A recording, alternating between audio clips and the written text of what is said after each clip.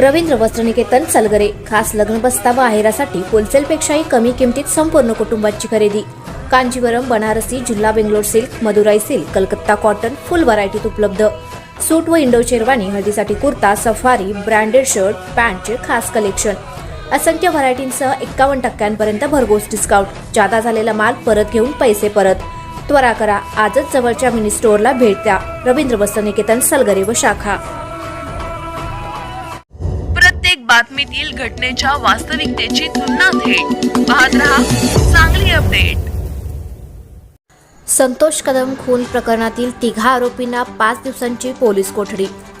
सांगली येथील संतोष कदम हत्या प्रकरणातील नितेश वराळे, सूरज जाधव, तुषार भिसे या 3 आरोपींना कुरुंदवाड पोलिसांनी गजाआड करत शनिवारी सकाळी येथील प्रथम वर्ग न्यायालयात उभे केले असता 14 तारखेपर्यंत 5 दिवसांची पोलीस कोठडी सुनावली आहे। कदम यांनी महापालिकेत नोकरी लावतो असे सांगून संशयित आरोपींशी आर्थिक व्यवहार केला होता। या आर्थिक वादातूनच हत्या केल्याचे तपासात पुढे आले आहे। या प्रकरणी अटक करण्यात आलेल्या नितेश दिलीप वराळे वय वर्ष 30, सूरज प्रकाश जाधव वय वर्ष 20 दोघे राहणार सिद्धार्थ परिसर सांगली, तुषार महेश भिसे वय वर्ष 20 राहणार आकाशवाणी केंद्राजवळ सांगली अशी संशयित आरोपींची नावे आहेत।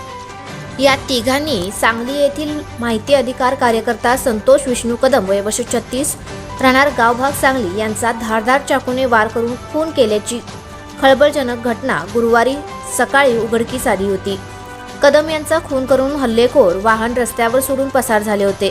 पत्रकारांशी बोलताना पोलीस उपाधीक्षक समीर सिंह साळवे म्हणाले, हत्या प्रकरणातील 3 आरोपींना जेरबंद करण्यात यश आले असून आरोपींच्याकडून प्रथमदर्शनी माहिती घेतली असता आर्थिक देवाणघेवाणीतून हा खून केल्याची कबुली दिली आहे।